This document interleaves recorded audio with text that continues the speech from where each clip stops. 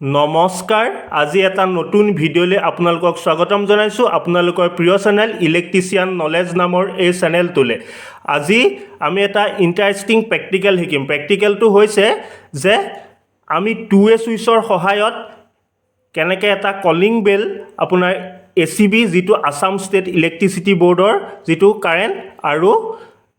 আমাৰ inverter connection এই দুইটা কানেকশ্যনত কি ধৰণে কৰা হয় আজি এই ধুনীয়াকৈ গোটেই কথাখিনি ভালকৈ শিকি ল'ম তাৰ কাৰণে আমাক লাগিব এটা 2A সুইচ এইটো আপোনালোকে দেখিছে 2A সুইচৰ তিনিটা পইণ্ট থাকে আৰু তাৰ পিছত লাগিব এটা বেল পুছ বা পুছ বটন সুইচ আৰু এটা আমাক লাগিব ইণ্ডিকেটৰ এই গোটেই কানেকশ্যনটো কি ধৰণে কৰা হয় আজি শিকি লওঁ আপোনালোকে ভিডিঅ'টো স্কিপ নকৰাকৈ চাব যাতে গোটেই কথাখিনি অতি ভালদৰে বুজি পায় আহক এতিয়া আমি প্ৰেক্টিকেলটো শিকো আহক এতিয়া আমি প্ৰেক্টিকেলটো কৰি চাওঁ প্ৰেক্টিকেলৰ কাৰণে মই লৈছোঁ এটা ইণ্ডিকেটৰ এটা 2A সুইচ আৰু এটা বেল পুছ বা পুছ বটন সুইচ আৰু এটা আমাৰ কলিং বেল আমি লৈছোঁ এটা কানেকশ্যনটো কি ধৰণে কৰিছোঁ এবাৰ দেখুৱাই দিওঁ তাৰপৰা কাৰেণ্ট দি চেক কৰি চাম কানেকশ্যনটো শুদ্ধ হৈছেনে নাই এই 2A সুইচৰ যিটো মাজৰ পইণ্ট আৰু এটা ওপৰৰ পইণ্ট আৰু এটা তলৰ পইণ্ট তিনিটা পইণ্ট থাকে এই 2A সুইচৰ ওপৰ আৰু তলত ওপৰত লগাইছোঁ এইটো যিটো ACB আসাম ষ্টেট ইলেক্ট্ৰিচিটি বৰ্ডৰ মেইন ফেজটো লগাইছোঁ আৰু এই নীলাটো হ'ল আমাৰ যিটো ইনভাৰ্টাৰ ফেজ এই 2A সুইচৰ দুটা পইণ্টত আমি এটা ACB ফেজ আৰু এটা ইনভাৰ্টাৰ ফেজ লগাইছোঁ আৰু 2A সুইচৰ মাজৰ পইণ্টৰ পৰা আমি এটা যিটো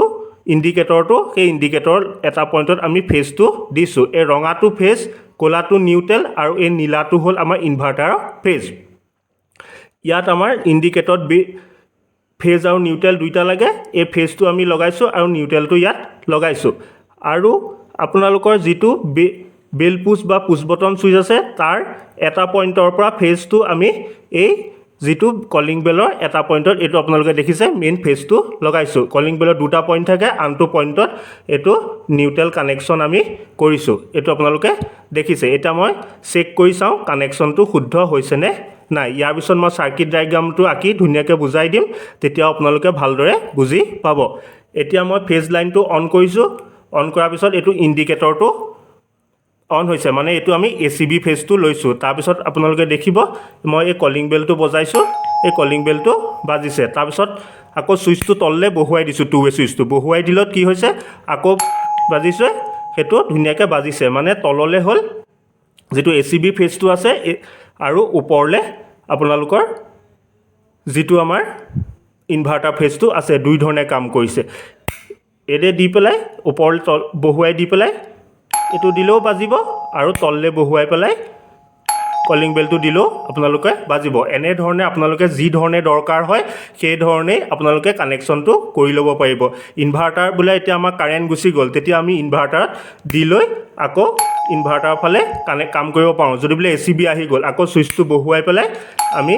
আকৌ কলিং বেলটো দি চাব পাৰোঁ সেইধৰণে আমাৰ গোটেই কলিং বেলটোৱে কাম কৰিব আশা কৰোঁ এটা বুজি পালে কলিং বেল এটা ইনভাৰ্টাৰ কানেকশ্যন আৰু ACB কানেকশ্যন দুইটাতে কি ধৰণে কৰে এতিয়া আহক আমি চাৰ্কিট ডায়েগ্ৰামটো শিকি লওঁ আহক এতিয়া আমি চাৰ্কিট ডায়েগ্ৰামটো শিকি লওঁ প্ৰেক্টিকেলটো কৰি চালোৱে এতিয়া চাৰ্কিট ডায়েগ্ৰামটো শিকি ল'লে বুজিবলৈ অতি সুবিধা হ'ব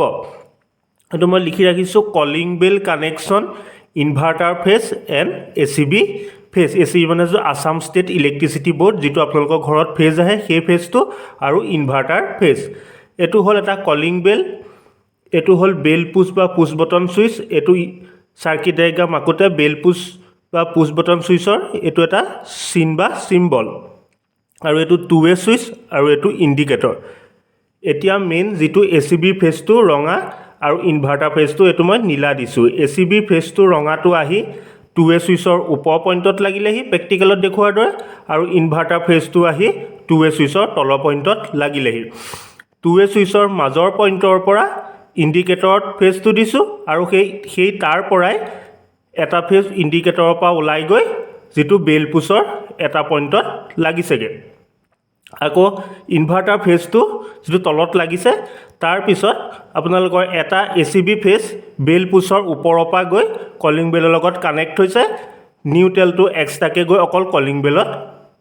লাগিছে সুইচত কোনো কাৰণে নিউট্ৰেল লগা নাই এনেধৰণে আপোনালোকে সাৰ্কিট ডায়াগ্ৰামটো আঁকি ল'ব তাৰ পিছত ইনভাৰ্টাৰ কানেকচনৰ সৈতে কলিং বেলৰ কানেকচন অতি সহজে নিজে কৰি ল'ব পাৰিব আপোনালোকে এতিয়া বুজি পালে যে কলিং বেল এটা ইনভাৰ্টাৰ কানেকচন আৰু এচিবি কানেকচন দুইটা কি ধৰণে কৰা হয় তেতিয়া হলে এনেকুৱা ধৰণৰ ইলেক্ট্ৰিকৰ ভিডিও পাই থাকিবলৈ আপোনালোকে চেনেলটো সাবস্ক্ৰাইব কৰিব ওচৰতে থকা বেল আইকনটো দবাই নটিফিকেশনটো অন কৰি থব যাতে আহিবলগীয়া সকলো ভিডিও অতি সহজে পাব পাৰে আৰু যদি এই ভিডিওটো ভাল লাগিল এটা লাইক কৰিব বন্ধু বান্ধৱ আত্মীয়ৰ মাজত এই ভিডিওটো শ্বেয়াৰ কৰি দিব ধন্যবাদ